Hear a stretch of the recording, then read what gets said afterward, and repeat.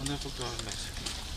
Былтыркы жылдары аба ырайынын суук болгондугуна байланыштуу Баткендин өрүгү түшүмсүз калган. Ал эми бул жылы багбандар өрүктөн жакшы киреше табабыз деген тилектери да көңүл жылытпагандыгын айтышууда.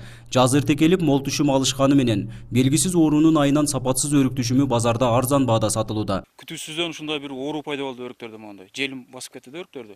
Желим басып кетип, мурдагыдай эти жок, кагаз сыяктуу болуп калды да.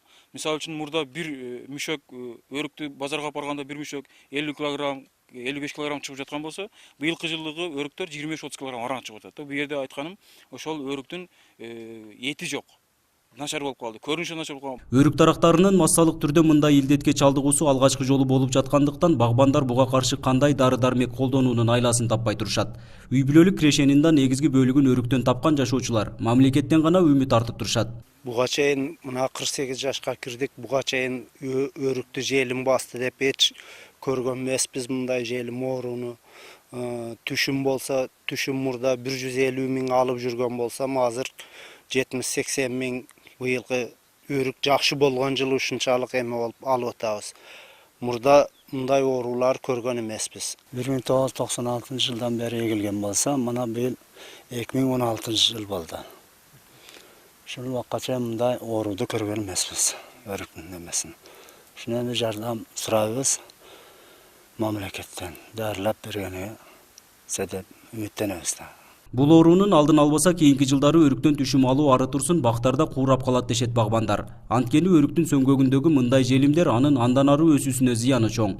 Ошол себептүү облустук бийлик өкүлдөрүнө айыл чарба тармагындагы адистерге кайрылып, тез арада чара көрүү зарылдыгын билдиришти. Ушунун алдын алып, эми биз бийликке дагы, бүт биздин илимий адамдарга кайрылат элек, ушуга бизге дыйкандарга жардам берип, ушул өрүктөрдү сактап калышыбыз керек. Эгерде муну сактап калбасак, Баткендин өрүгү куурай баштай турган болсо, Баткенде башка керешебиз жок. Дыйкандар өтө жаман акыбалда калат да. Ушунун алдынан алып, элге жар салып, ушунун алдын алайлы, ушунун жыйынтыгын чыгарайлы, дарылайлы деген үмүт менен биз бүгүн кайрылып турган мезгилибиз. Өкмөттүн Баткендеги өкүлчүлүгү бул маселе боюнча эмне иштерди аткарып жаткандыгы коомчулукка белгисиз. Маалымат алуу боюнча регионду өнүктүрүү бөлүмүнө барганыбызда бөлүм жетекчисинин жоктугун жүйө келтирип, интервью берүүдөн баш тартышты.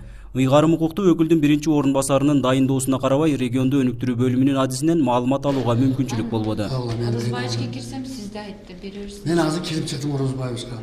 Мен айттым, мен бере албайм деп.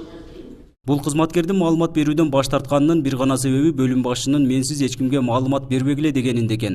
Ал эми ыйгарым укуктуу өкүлдүн биринчи орун басарынын кол астындагы кызматкерге сөзү өтпөйт көрүнөт. Же болбосо облустун кирешесинин 8 миллиард сомун түзгөн өрүк бактарынын куурап калуу коркунучу бул мекемедеги тиешелүү кызматкерлердин көңүл сыртында окшойт. Өзү облустук бийликтин эч кандай көрүнүктүү иши байкалбайт. Болгону райондордо маалымат чогултуп, жогору жакка отчет берүү менен гана алектенишет.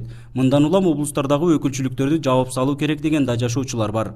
Нургазы Жайнаков, Азатбек Курбанбеков, 7 канал Баткен өкүлчүлүгү.